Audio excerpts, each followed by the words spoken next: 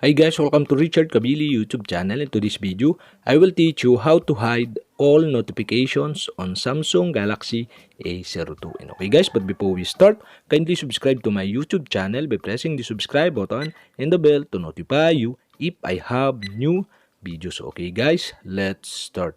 So okay guys, all you have to do is go to setting in your Samsung Galaxy A02.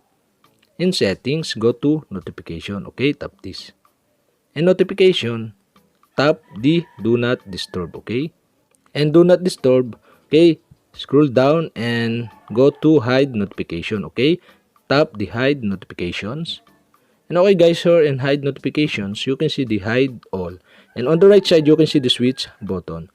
To hide all notification on your Samsung Galaxy A02, you'll have to do is switch on the switch button on the right side of this hide all.